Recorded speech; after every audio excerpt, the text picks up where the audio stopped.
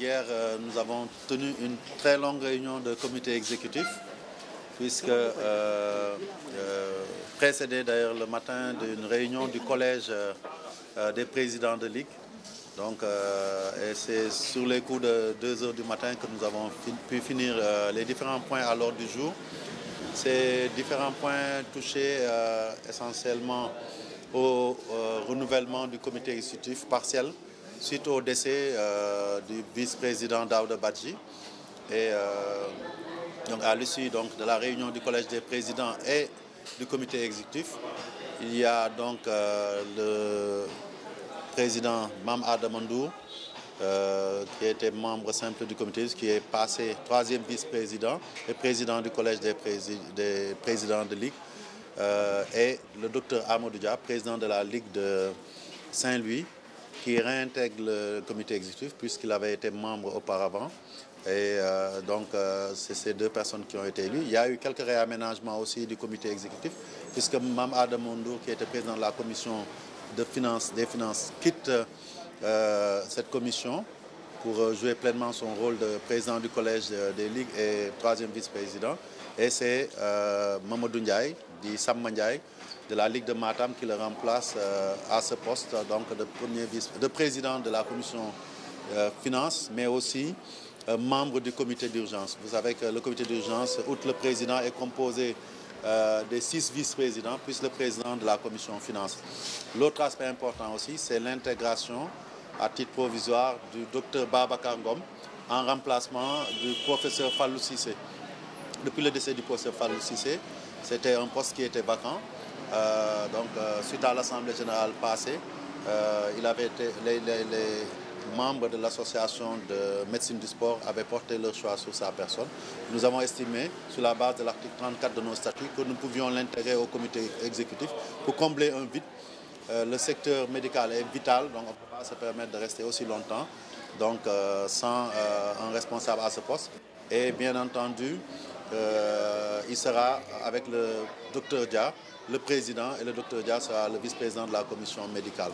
Donc la dernière personne qui a vu une promotion, c'est que le président Daouda Badji était président de la commission développement technique et formation. Il sera remplacé à ce poste par le président de la Ligue de Kédougou, M. Clavadinou Mendez. Donc globalement, c'est ces décisions qui ont été prises au niveau de l'organisation.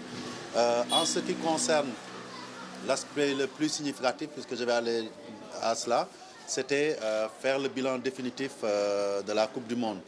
Et par rapport à cela, nous avions déjà fait un bilan provisoire dès après la fin de la Coupe du Monde et nous avions pu annoncer un chiffre d'environ 2 milliards qui avait été reçu de la FIFA.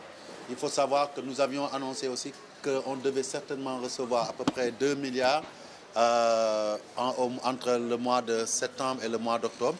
Finalement, nous avons reçu 3 milliards 100 millions et des poussières. Donc, je n'ai pas les chiffres ici. Ce qui montre une plus-value parce que, justement, on n'avait pas intégré que la FIFA allait rembourser une partie des frais d'hébergement en Russie. Donc, ce qui nous fait une plus-value importante. Aujourd'hui, c'est aux alentours de... si on ajoute... En fait, pour le montant qui nous a été versé par la FIFA, c'est environ 5 milliards 250 millions.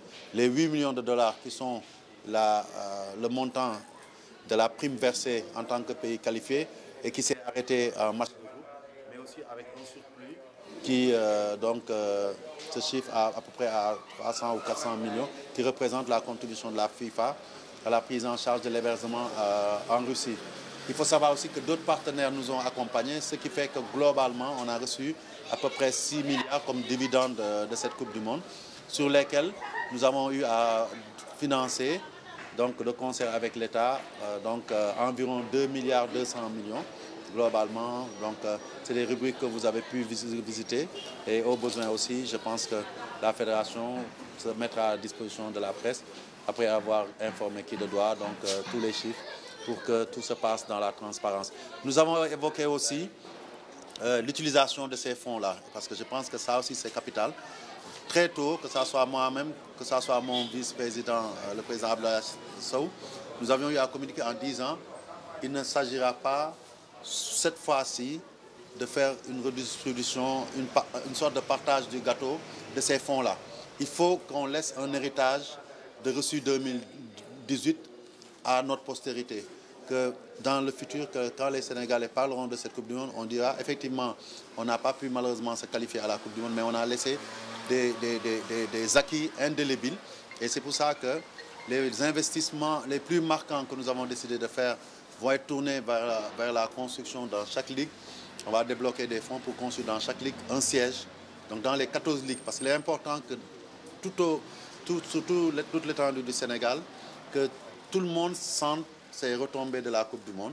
Et la meilleure manière de le faire, c'est de laisser quelque chose de durable et de très fonctionnel, de très opérationnel, rendre nos ligues plus opérationnelles. Et c'est pour ça que donc on a prévu de construire ces ligues. L'autre projet important, c'est investir dans nos centres techniques. Aujourd'hui, on a la chance d'avoir le centre de Toubab Dialaw qui existe depuis quelques années. Et on va inaugurer le 8 janvier, vous le savez, le centre de Guéréo. Le 7 janvier, autant pour moi, un centre qui est bâti par la CAF sur 5 hectares, mais avec une réserve de 14 hectares. Et nous sommes en train de réfléchir pour construire l'hôtel fédéral que nous avions prévu sur cet espace-là, parce que 14 hectares restants, donc c'est énorme, et c'est en bord de mer, c'est là-bas qu'on va loger l'hôtel fédéral. On a un projet de stade fédéral, on en a parlé depuis plusieurs années. Nous en avons parlé avec l'autorité, le ministre des Sports, mais aussi et surtout le président de la République. Et pour le moment, nous sommes en discussion. Nous pensons qu'on aura une oreille favorable. Et l'idée, ce serait qu'on puisse bénéficier d'un stade comme le stade Demba Diop et qu'on puisse, avec une partie des fonds FIFA, mais aussi avec l'appui du fonds forward de la FIFA, puisqu'on a eu un séminaire la semaine dernière. On en a parlé aux responsables forward qui étaient très emballés après avoir visité le stade Demba Diop en disant que ça, ce serait vraiment extraordinaire. Et ça, ce serait très significatif. Construire, rénover ce stade Demba Diop, le réouvrir pour le football, l'aménager avec des sièges dans l'ensemble du stade et en faire vraiment un bijou qui appartiendra totalement au football.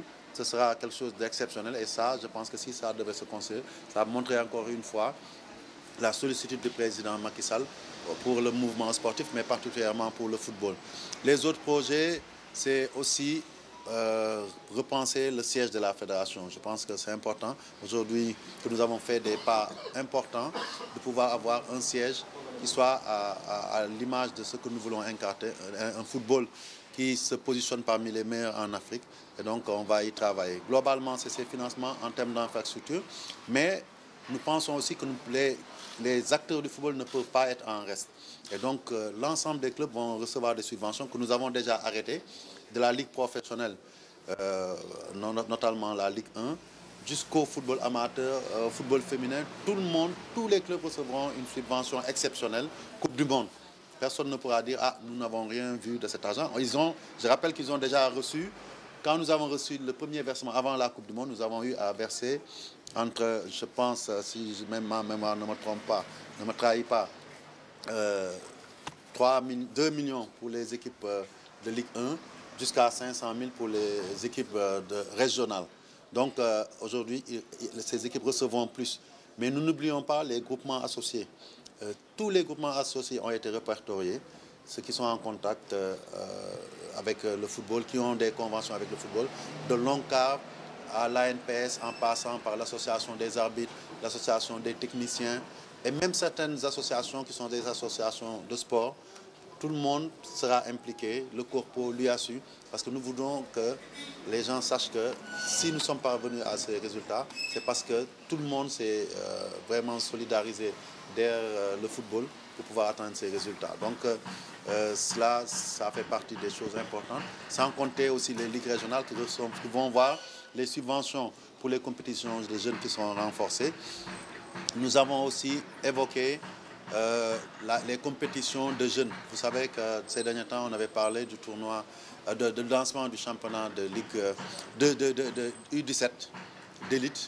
Et nous avons réfléchi et peut-être que le DTN reviendra. Nous ferons d'autres formules qui vont impliquer l'ensemble des segments du football. Parce que le football des jeunes, à la base, ce n'est pas seulement une affaire de professionnalisme. Au contraire, la base de ce football des jeunes, c'est le football amateur et donc tout le monde doit se retrouver et ça doit partir des ligues régionales pour vraiment remonter autour des sélections régionales et faire la détection parce qu'on l'a répété, la finalité de ces phases nationales de petite catégorie qu'on va relancer, l'année dernière on n'a pas pu le faire, c'est de pouvoir détecter des joueurs et créer la première académie de jeunes footballeurs d'élite au niveau de Guéréo ou de Toubab Dialaw. Donc je pense que hier c'était un peu la substance des points dont nous avons discuté.